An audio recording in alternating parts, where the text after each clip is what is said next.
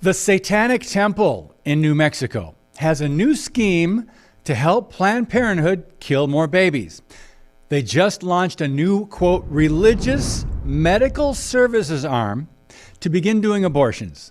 So the Satanic Temple, or TST, sees abortion as a religious ritual and compares it to baptism or communion for Christians. What Democrats and progressives call a choice, TST calls child sacrifice, and recognizes the religious nature of the practice of abortion. I'm David Fiorazo, and this is Christ and Culture.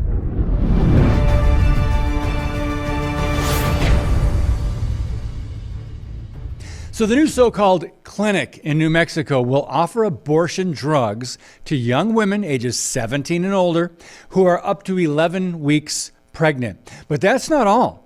There is a not-so-subtle death wish to United States Supreme Court Justice Samuel Alito. What do I mean?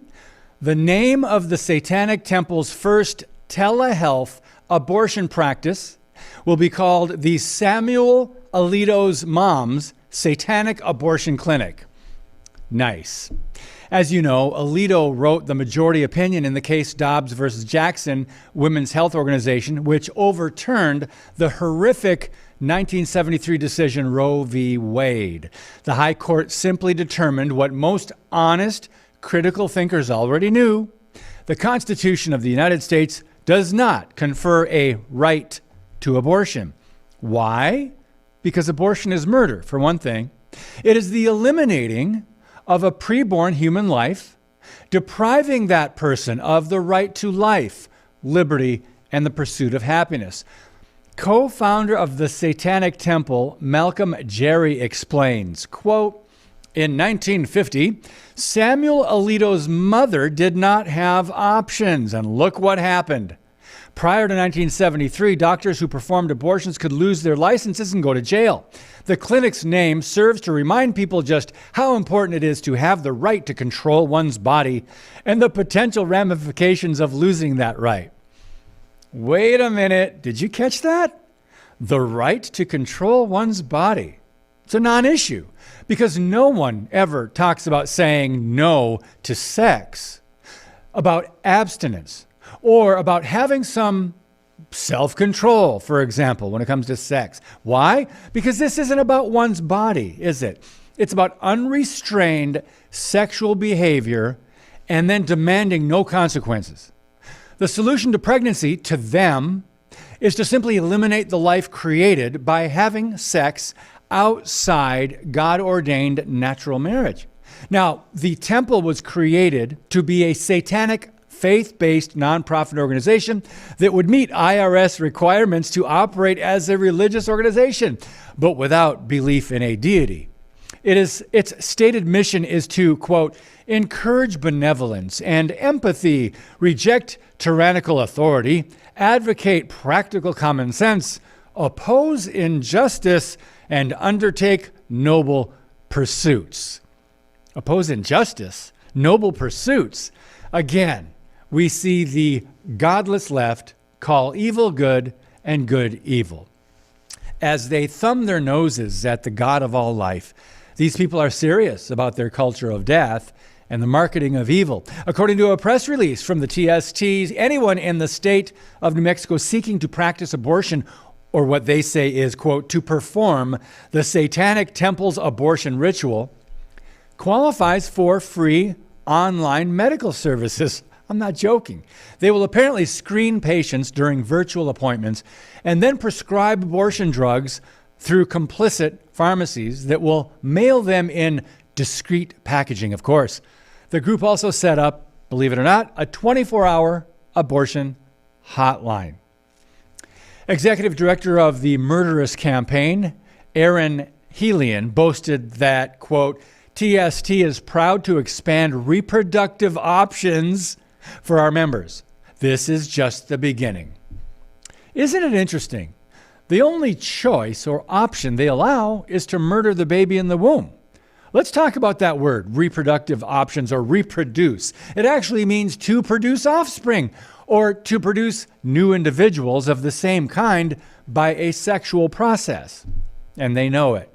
They know exactly what they're doing, and they will even call it a religious ritual in order to defend the act of taking an innocent life. And it's not just the Satanic Temple, by the way. Need we point out, it is a plank in the Democrat Party platform. Now, I recently interviewed a great speaker, pro-life advocate Seth Gruber, on Stand Up for the Truth podcast. Here's what he said. Just a reminder, in case you haven't realized this yet, abortion is the greatest sacrament in the alternative religion of secular progressivism, or in this case, Satanism. This misunderstanding between liberty and licentiousness is at the root of nearly every political disagreement today. Liberty is not the freedom to do whatever you want. Liberty is the freedom to do as you ought. Now, we often hear the language reproductive freedom used to describe the non-existent right to abortion. We simply must answer the question, what does an abortion do? Ask them that question.